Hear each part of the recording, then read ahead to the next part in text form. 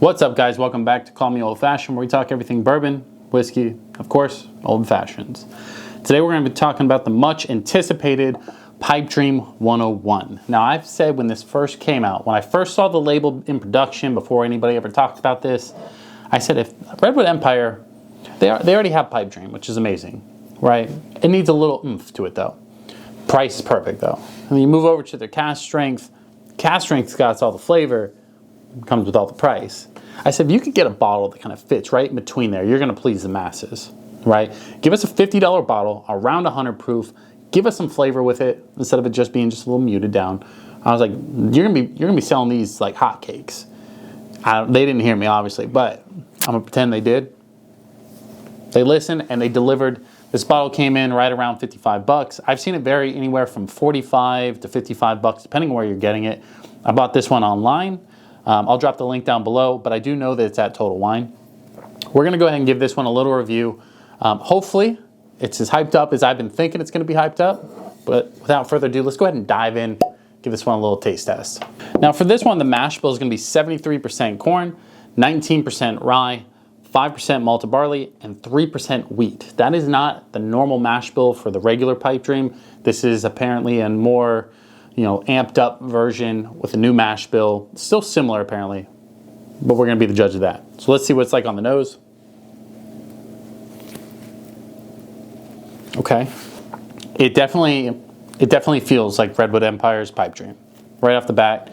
If you kind of had Redwood Empire in general, you know they kind of have this California smell to it, right? That's what I keep describing it as. But a lot of sweetness on the nose, probably like some honey. Maybe like a little bit of that caramel vanilla action, more caramel than vanilla, but it's definitely got like a sweet aspect. Not a lot of spice. I'd say this kind of feels more dessert-esque, if you will. But overall, very pleasant nose. For 100 proof, absolutely zero ethanol on the nose, which, hey, we're working towards a winner here. Let's see what it's like on the palate. So just so you guys know, Redwood Empire's regular Pipe Dream and their cask strength has an average of a 4-year age statement, which means they have at minimum 4-year age in the bottle, and then they kind of fluctuate with some higher stuff. This has an average age between 5 and 15 years kind of blended in there. So you're going to get some extra age, which is going to bring in some extra flavor. That first sip was immaculate. It had a ton of flavor. Let's go in for a second sip, and we can kind of break down some of the tasting notes here.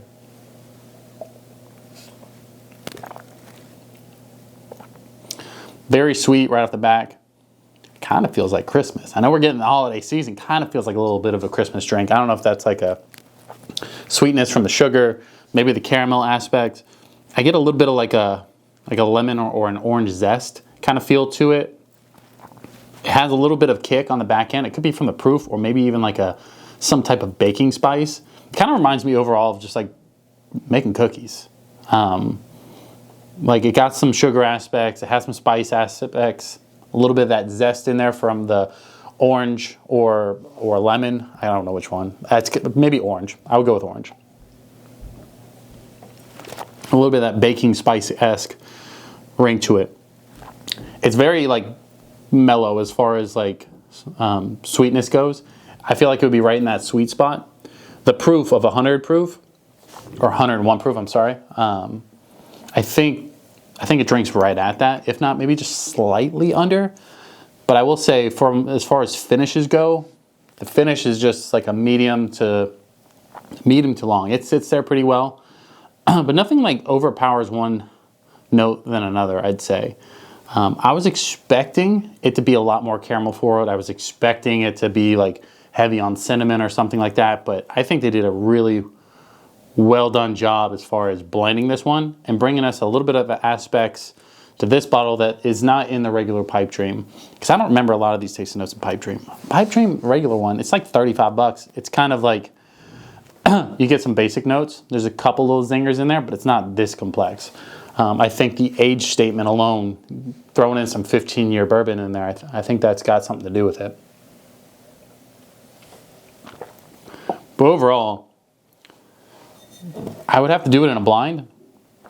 This may be the new contender for my favorite Redwood Empire. Obviously, you guys know I love the Grizzly Beast. That's been my go-to. I love the 100 proof aspect of it. 101 proof, 1 point better. Is it 1 bottle better? I don't know. We'll do it in a blind soon. I'll blind all the Redwood Empire stuff. You guys can see I have a ton of it on this shelf.